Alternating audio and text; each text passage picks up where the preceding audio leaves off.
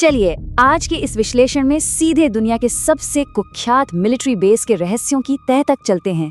Area 51 मतलब ये सिर्फ एक जगह नहीं है ना? ये तो अपने आप में एक बहुत बड़ी रहस्यमयी कहानी बन चुका है। और इसकी शुरुआत हम वहां से करेंगे जब इसके नाम का पागलपन बिल्कुल अपने चरम पर था।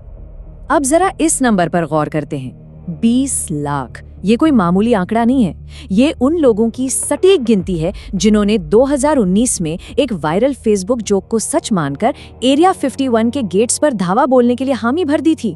उनका प्लान सुनेंगे? मशहूर जापानी कार्टून स्टाइल में नारुतो रन करते हुए दौड़ लगाना ताकि गोलियों से बचा जा सके। मतलब इंटरनेट पर ये एक ऐसा अजीब और गरीब तूफान बन गया था जिसे रोक पाना मुश्किल था। खैर, जब इंटरनेट के वो हजारों शूरवीर असल में नेवादा के उस सूखे रेगिस्तान में पहुंचे तो उनका स्वागत कोई मजाक नहीं था। वहां एक बेहद सख्त, कंपा देने वाली चेतावनी उनका इंतजार कर रही थी। जानलेवा बल प्रयोग की अनुमति है। हथियारों से लैस सुरक्षा बलों को देखकर एक सेकंड में साफ हो गया कि भाई ये क्लासिफाइड मिलिट्री बेस किसी भी इंटरनेट ट्रेंड या जोक के मूड में बिल्कुल नहीं था। तो यहाँ सबसे बड़ा सवाल ये उठता है कि आखिर अमेरिकी सरकार इस बंजर रेगिस्तान में ऐसा क्या छुपा रही है जिसके लिए इतने अभेद्य जानलेवा किले की जरूरत पड़ गई। सोचिए, ग्रूम लेक के चारों ओर पूरे 440 वर्ग मील का रिस्ट्रिक्टेड एयर स्पेस, पहाड़ियों पर छिपकर लगातार निगरानी करते कैमोफ्लाज वाले गार्ड्स, सड़कों पर ऐसे मैग्नेटिक सेंसर्स जो किसी भी हलचल को पकड़ लें, और हाँ, बिना कोई सवाल पूछे सीधे गिरफ्तारी की धमकी। कुछ तो बहुत बड़ा है वहाँ। अच्छा, इस पूरे पॉप कल्चर क्रेज को जड़ से समझने के लिए ना हमें समय के पहिए को थोड़ा पीछे 1947 में ले जाना होगा। ये द्वितीय विश्व युद्ध के ठीक बाद का दौर था। पूरे अमेरिका में एक अजीब सा डर और अविश्वास का माहौल था, और सच कहें तो मशहूर यूएफओ के पागलपन की असली शुरुआत भी यहीं से हुई थी। ये एलियन वाली थ्योरी का बीज आखिर बोया कैसे गया, इसकी टाइमलाइन बड़ी ही दिलचस्प है। देखिए, 24 जून को 9 अजीब सी उड़ती हुई चीजें देखी गईं। फिर जुलाई की शुरुआत में न्यू मैक्सिको के रोजवेल में एक किसान को कुछ बहुत ही अजीब सा मलबा मिला। और सबसे बड़ा धमाका तो 8 जुलाई 1947 को हुआ, जब खुद अमेरिकी सेना ने ऑफिशियल स्टेटमेंट देकर फ्लाइंग डिस्क मिलने की बात मान ली। लेकिन कहानी में ट्विस्ट देखिए, ठीक अगले ही दिन उन्होंने अचानक अपना बयान वापस ले लिया। कह दिया कि अरे नहीं, वो तो बस एक वेदर बलून था। एक चौंकाने वाला सच कबूलना और फिर तुरंत मुकर जाना। सस्पेंस तो यहीं से बनना था। अब जैसे जैसे शीत युद्ध यानी कोल्ड वॉर का समय आगे बढ़ा, ये कहानी और भी उलझती गई। एक तरफ आम लोगों का डर था और दूसरी तरफ सरकार की बेहद गुप्त मिलिट्री ऑपरेशंस। इन दोनों के बीच एक जबरदस्त टकराव चल रहा था। लोग आसमान में चमकते हुए फ्लाइंग सॉसर्स देखने के दावे कर रहे थे, जबकि असलियत में वहां कुछ और ही पक रहा था। टॉप सीक्रेट जासूसी विमानों की टेस्टिंग। 1950 और 60 के दशक की बात करें तो एरिया 51 का असली काम था बेहद ऊंचाई पर उड़ने वाले जासूसी विमानों का परीक्षण करना। इन विमानों की ताकत के बारे में सोचकर ही रोंगटे खड़े हो जाते हैं। U-2 स्पाईप्लेन 70,000 फीट की ऊंचाई पर उड़ता था, और SR-71 ब्लैकबर्ड वो तो मैक 3.3 की स्पीड से 85,000 फीट तक चला जाता था। उस जमाने में किसी भी आम कमर्शियल प्लेन के लिए इतनी ऊंचाई और रफ्तार के बारे में सोचना भी नामुमकिन था। तो फिर ये जहाज फ्लाइंग सॉसर यानी उड़न तश्तरी जैसे क्यों लगते थे? बहुत ही सिंपल सी बात है। दरअसल जब शाम ढल रही होती थी और सूरज की किरणें 85,000 फीट ऊपर उड़ते इन टॉप सीक्रेट विमानों के सिल्वर और टाइटेनियम पंखों पर पड़ती थीं, तो नीचे खड़े आम लोगों की आंखों को वो बिल्कुल किसी दूसरी दुनिया के चमकते हुए स्पेसक्राफ्ट जैसे ही लगते थे। और सेना को ये बात बहुत जल्दी समझ आ गई कि एलियंस की ये जो अफवाहें उड़ रही है ना, ये उनके लिए एक बेहतरीन कवर का काम कर रही हैं। अपनी नई एविएशन तकनीक को सोवियत जासूसों की नजरों से बचाने के लिए यूएफओ की कहानियां बिल्कुल परफेक्ट थी। इसलिए सरकार ने जानबूझकर एकदम चुप्पी साध ली।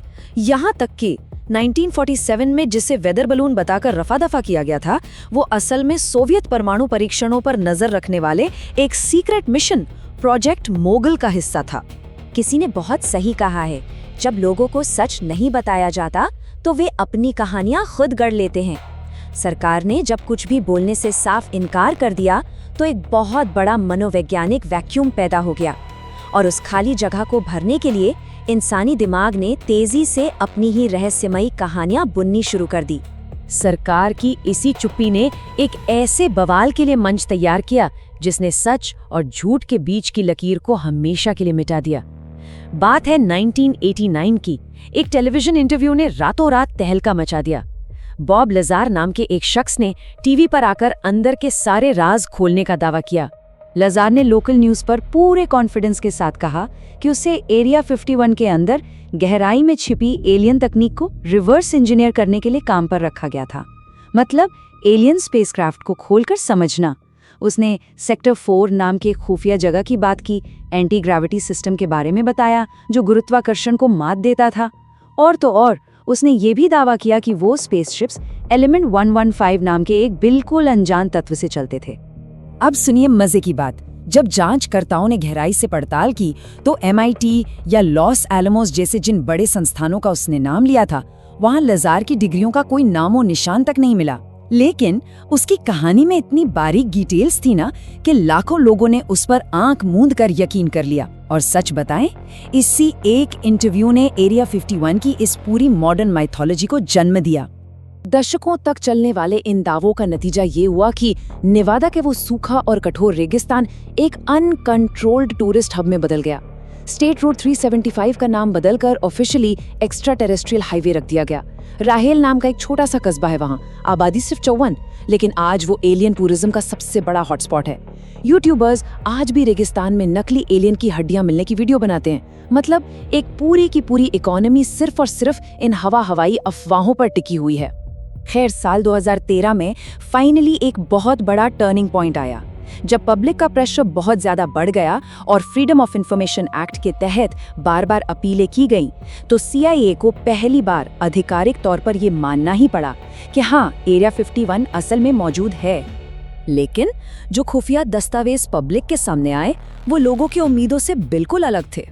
सब सोच रहे थे कि अब एलियंस के शरीर और क्रैश हुई उड़न तश्तरियों के राज खुलेंगे, लेकिन डीक्लासिफाइड हकीकत में क्या मिला? सिर्फ इंसानी इंजीनियरिंग और शीत युद्ध की रणनीतियों का दशकों पुराना इतिहास।